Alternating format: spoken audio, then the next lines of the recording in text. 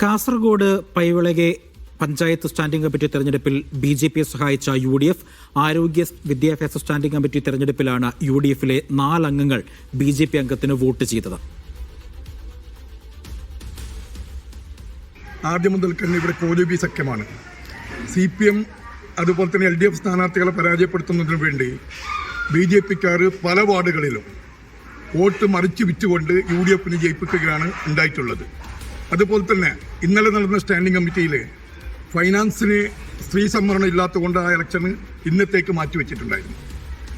വികസന കാര്യത്തിലും ക്ഷേമകാര്യ സ്റ്റാൻഡിംഗ് കമ്മിറ്റിയിലും സ്വാഭാവികമായും ഇപ്പോഴത്തെ സീറ്റ് നില അനുസരിച്ചിട്ട് യു.ഡി.എഫിന് ഭൂരിപക്ഷം കിട്ടേണ്ടതാണ്. അത് കിട്ടുകയും ചെയ്ത് ആരോഗ്യ വിദ്യാഭ്യാസ സ്റ്റാൻഡിംഗ് കമ്മിറ്റി തെരഞ്ഞെടുപ്പുമായി ബന്ധപ്പെട്ട് ഇന്ന് യു.ഡി.എഫിന് കാൻഡിഡേറ്റ് ഇല്ല.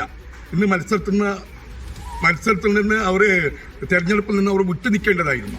ഒരാൾ പോലും അവർക്ക് മത്സരിക്കാൻ ആളില്ലാത്ത ഒരു സ്ഥിതിക്ക് CPM-ന്റെ 3 പേരും ബി.ജെ.പിന്റെ 2 പേരാണ് ആരോഗ്യ വിദ്യാഭ്യാസ സ്റ്റാൻഡിംഗ് കമ്മിറ്റി അംഗങ്ങളായി തെരഞ്ഞെടുക്കുന്നതിന് മത്സരിച്ചിട്ടുള്ളത്. അതിൽ 4 ഒഴിവുകളാണ് ഉണ്ടായിട്ടുള്ളത്. സ്വാഭാവികമായിട്ട് ഇപ്പോഴത്തെ സീറ്റ് നില അനുസരിച്ചിട്ട് 3 സീറ്റും LDF-ഉം 1 ബി.ജെ.പിയും ജയിക്കേണ്ടതായിരുന്നു. ഷഫീഖ് നസ്രുള്ളയുണ്ട് വിവരങ്ങൾ നൽകാനായി. ഷഫീഖ്, അവിടെ പ്രധാനമായും CPM ആരോപിക്കുന്നത് കോലൂബി സഖ്യമാണ് അവിടെ ഉള്ളത് എന്നാണ് അവരുടെ ആരോപണം. ശരിക്കും എന്താണ് സംഭവിച്ചത്? കാസർഗോഡ് പൈവളി ഗ്രാമപഞ്ചായത്തിൽ സ്റ്റാൻഡിംഗ് കമ്മിറ്റി തെരഞ്ഞെടുപ്പിലാണ് UDF അംഗങ്ങൾ ബി.ജെ.പിയെ സഹായിച്ചത് എന്ന ആരോപണം ഉയരുന്നത്. ആരോഗ്യ വിദ്യാഭ്യാസ സ്റ്റാൻഡിംഗ് കമ്മിറ്റി തെരഞ്ഞെടുപ്പിലാണ് 4 UDF അംഗങ്ങൾ ബി.ജെ.പിയിലെ രാമകൃഷ്ണ ബല്ലാളിന് വോട്ട് ചെയ്തത്. ഇതോടെ CPM-ലെ 7 അംഗവും 5 അംഗങ്ങളാണ് ബി.ജെ.പിക്ക് ഉണ്ടായിരുന്നത്.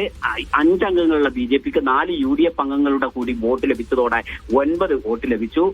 ഇങ്ങനെ 7 അംഗങ്ങൾ ഉള്ള CPM-ലെ ശശികലയാണ് മത്സരിച്ച് പരാജയപ്പെട്ടത്. 5 അംഗങ്ങൾ മാത്രമാണ് ബി.ജെ.പിക്ക് പഞ്ചായത്തിലുള്ളൂ. എന്നാൽ 5 അംഗങ്ങളോടൊപ്പം തന്നെ മുസ്ലിം ലീഗിന്റെ അംഗം ഉൾപ്പെടെ UDF-ലെ 4 അംഗങ്ങൾ കൂടി വോട്ട് രേഖപ്പെടുത്തിയതോടുകൂടിയാണ് അവിടെ CPM പരാജയപ്പെടുകയും ബി.ജെ.പി വിജയിക്കുകയും ചെയ്യുന്ന ഒരു സാഹചര്യം ഉണ്ടായത്. മുസ്ലിം ലീഗിലെ 2ാം വാർഡിലുള്ള സക്കീർ ഹുസൈൻ, അതുപോലെ 21ാം വാർഡിലെ മൈമൂനത്ത് മിസ്രിയ, പെർമുദ വാർഡിലുള്ള ശ്രീനിവാസ മാസ്റ്റർ, കൊക്കേച്ചാൽ വാർഡിലെ പ്രിൻസി ഡിസൂസ എന്നിവരാണ് ബി.ജെ.പി അംഗത്തിന് വോട്ട് രേഖപ്പെടുത്തിയത്.